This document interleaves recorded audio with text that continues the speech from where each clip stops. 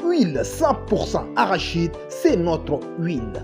La cérémonie de lancement des travaux du premier forum du collectif des lauréats des écoles professionnelles et la plateforme des diplômés en essence d'intégration à la fonction publique, première édition, qui a pour thème « Diplômés tchadiens face aux défis de l'employabilité », se fixe comme objectif défis, enjeux et perspectives. Oui, beaucoup diront pourquoi un forum de trop au Tchad, mais la réponse est si simple. Il n'y a que toi seul qui peux connaître et sentir le degré de la douleur que tu ressens dans ton corps. Ce forum se tient dans un contexte difficile, lié aux moyens financiers, techniques et sociopolitiques. Le problème de l'emploi est un défi mondial où toutes les nations du monde lui accordent une attention particulière en insérant en premier lieu dans leur agenda politique. Au Tchad, malgré la diversité des ressources naturelles et disponibles, le problème de l'emploi se pose avec acuité.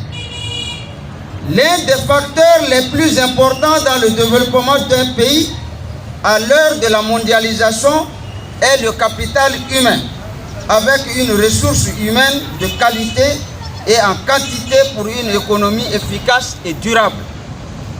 C'est dans cette optique qu'il faut toujours prioriser les secteurs clés du développement.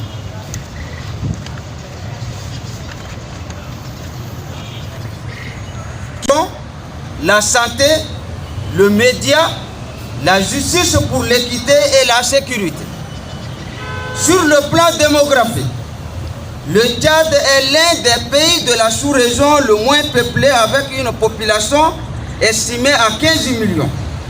Une population relativement jeune, dont 80% est une population active sur laquelle 55% sont restés sous la dépendance, c'est-à-dire sans aucune petite activité de revenu. Les indicateurs socio-économiques et politiques du Tchad sont au point rouge, et ce qui le place souvent le dernier ou avant-dernier rang dans des enquêtes menées par les ONG internationales que nationales.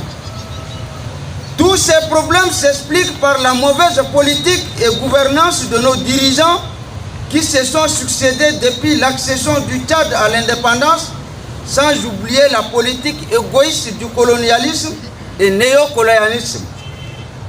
Le Tchad est un pays non industrialisé et le grand pourvoyeur de l'emploi est le secteur public.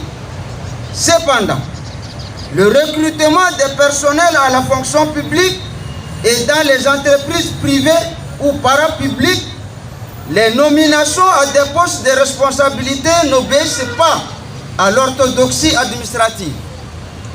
Ces recrutements se font par appartenance politique, clanique, ethnique, régionaliste et clientélisme sans aucun respect des textes ni critères prévus par les lois de la République. Malgré les multiples recensements et audits des diplômes, le nombre de fonctionnaires civils et militaires qui perçoivent leur salaire n'est pas connu avec exactitude et cela reste un sujet tabou. On dénombre aujourd'hui plus de 20 000 enseignants formés dans les écoles normales d'instituteurs et supérieurs qui attendent leur intégration à la fonction publique. Des milliers de lauréats des autres écoles professionnelles et plus de 60 000 des universitaires et les professionnels des petits métiers. Malgré cette situation délétère, le gouvernement continue à former des chômeurs dans les écoles professionnelles dans le seul but de bénéficier des financements des bailleurs de fonds. En foulant au pied les textes statutaires de ces écoles. Un autre problème est celui des maîtres communautaires, de nouveau douteux, que l'État les priorise dans sa politique de l'emploi au détriment des instituteurs formés dans les génies. Certes, plusieurs ateliers de mise en œuvre sur la question de l'emploi, des journées de réflexion, des forums, les états généraux de l'éducation tenus en 1994 et l'enquête parlementaire de 2018 ont été organisés dans ce sens, mais le collectif des lauréats des écoles professionnelles de l'éducation et la plateforme des diplômés en instance d'intégration, les concernés et les vraies victimes ne peuvent rester indifférents et silencieux sur cette question brûlante.